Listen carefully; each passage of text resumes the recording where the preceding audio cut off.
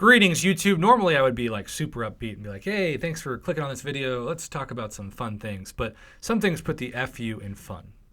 And today's video is about a specific problem that an incredibly small percentage of the community has.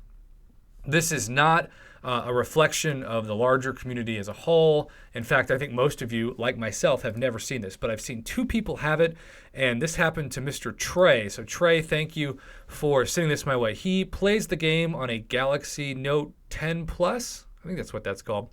It's an Android phone, so yes, the iPhone people are going to be like, well, that's the problem. Well, I always say this, a lot of people, either they like their Android phone or they can't just switch out their Android for like $1,000 Apple phone. People just don't have that financial flexibility. And so have some empathy for people's financial situation instead of just pretending like everybody can magically instantly upgrade to an iPhone and things will be solved. Let's also remember that iPhones have issues too. My phone still, with the game, every 10 minutes or so crashes. What's really bizarre is the only mode that hasn't crashed every 10 to 15 minutes was Incursions when I tested it last night with Katie Candy.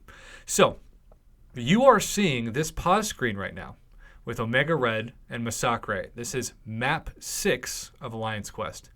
Even though you see the +2 health here, if we zoom in to the middle of the screen, you can see that +2.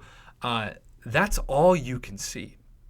Because just as we joked about in the community, but it didn't actually happen, where Invisible Woman was going to be, invisible, in this case, the defender just turns invisible. So this is the exact description that he put in the video for us to follow. This has happened to me multiple times lately. Once I start the fight, the attacker and defender are invisible and unresponsive, and he loses 50% of health. Just crazy. Crazy, crazy, crazy. So when you lose 50% of health, you're screwed. And so here's what sucks. You pause it, you try to get it figured out. You attempt to attack, but you can't see anything. So it's just unresponsive and lagging, but it's still registering the fight.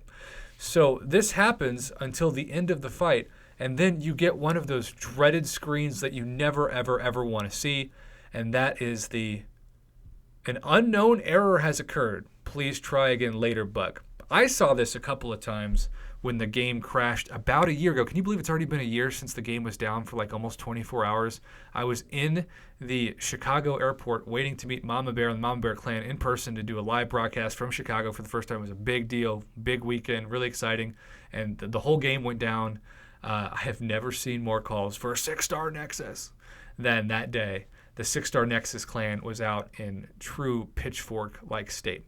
So once this occurs, you have to click OK. The game kicks you out. It makes you reboot the game.